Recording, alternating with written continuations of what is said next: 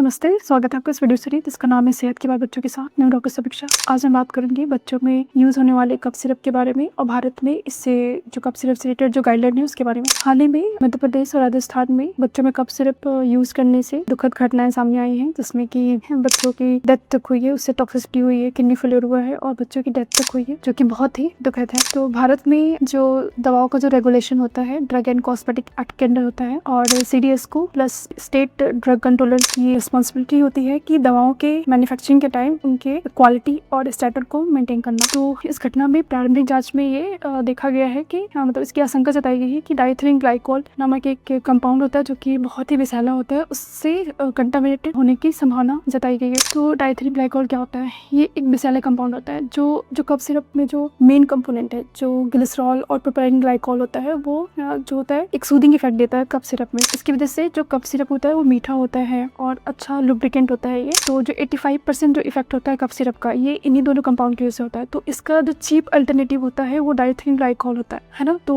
वो जो कि बहुत ही विषैला होता है और छोटे बच्चों में जो कफ सिरप होता है वो बहुत ही सावधानीपूर्वक देना चाहिए। और कई स्टडी में ये भी देखा गया है कि जो हम लोग कफ सिरप यूज करते हैं वो कफ सिरप से ज्यादा लाभ नहीं होता, उसका नुकसान होने का चांस ज्यादा रहता है, उसका दुष्प्रभाव होने का चांस ज्यादा रहता है, जैसे कि बच्चों में अधिक नींद आना या फिर सांस की गति का धीमा हो जाना या फिर उससे टॉक्सिसिटी या फिर ओवरडोज होने का चांस का रिस्क ये सब रहता है। तो अब मैं बताऊंगी कि बच्चों को अगर कफ है तो आपको इसके लिए क्या करना है। तो अगर कफ है बच्चों को तो प्राथमिक उपचार घर पे ही करें। अगर कफ है तो उसको अधिक से अधिक तरल पदार्थ दे, जैसे कि पानी, सूप दे, काढ़ा दे, है ना। और नेजल सलाइन ड्रॉप आता है अगर नाक बंद है तो वो दे, है ना। और थोड़ा बड़ा बच्चा है तो उसको आप नमक पानी से गार्गल करा सकते हैं, उसको भाप दे सकते हैं, है ना। और कभी भी बिना डॉक्टर की सलाह के खुद से कफ सिरप नहीं लेना है, और क्योंकि कभी भी मतलब अगर गूगल करके या फिर किसी परिचित से आपने पूछ लिया या फिर घर में कफ सिरप पड़ा हुआ था और वो अपने बच्चे को दे दिया, किसी और बच्चे को पड़ा हुआ था वो अपने बच्चे को दे दिया, तो इससे छोटे बच्चों में ओवरडोज होने का रिस्क रहता है। तो ये सब नहीं करना है, ठीक है। तो जो आपका डॉक्टर होता है वो बच्चे की खांसी का टाइप देखकर, है ना, खांसी क्रोनिक है कि एक्यूट है, फिर खांसी बैक्टीरियल है, वायरल है, अस्थमा वाली है या एलर्जी वाली है ना, बच्चे की पूरी मेडिकल हिस्ट्री लेता है। इसके बाद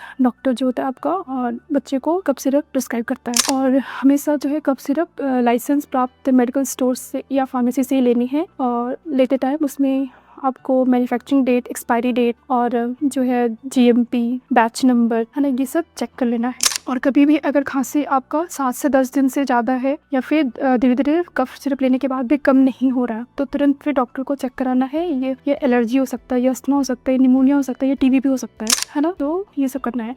और जब भी कभी ऐसा हो कि बच्चा कफ सिरप लेने से बहुत सुस्त लग रहा है या फिर लगातार उल्टी हो रही है बच्चे को, या सांस लेने में तकलीफ हो रही है, या फिर पेशाब का रंग गाढ़ा या फिर लाल कलर का आ रहा है, तो तुरंत आपको डॉक्टर को दिखाना है, दवाई मतलब सिरप तुरंत रोकना है और डॉक्टर को दिखाना है, ठीक है। अब मैं बात करूंगी भारत में कफ सिरप से रिलेटेड गाइडलाइन के बारे में। आपको किसी भी बच्चे को 2 साल से जो भी नीचे बच्चा है उसको कोई भी कफ सिरप नहीं देना है, और जो 4 साल से नीचे का बच्चा है उसको डेक्स्ट्रोमेथार्फेन आधारित सिरप देने पर रोक है, वो भी नहीं देना है। और हनी जो कि कफ सिरप में यूज होता है वो भी 1 साल से नीचे के बच्चे को नहीं देना है, क्योंकि उससे इन्फेंटाइल बॉटलिज्म होने का चांस रहता है। तो 1 साल के नीचे के बच्चे को नहीं देना है। WHO के गाइडलाइन के अकॉर्डिंग 1 साल से ऊपर के बच्चों को आप हनी दे सकते हैं 2.5 ml आप ही सोते टाइम एक बार आप दे सकते हैं बच्चों को, है ना। तो इस जानकारी को अपने जानने वालों के साथ शेयर करें ताकि हम सब जागरूक रहे, सतर्क रहे। धन्यवाद।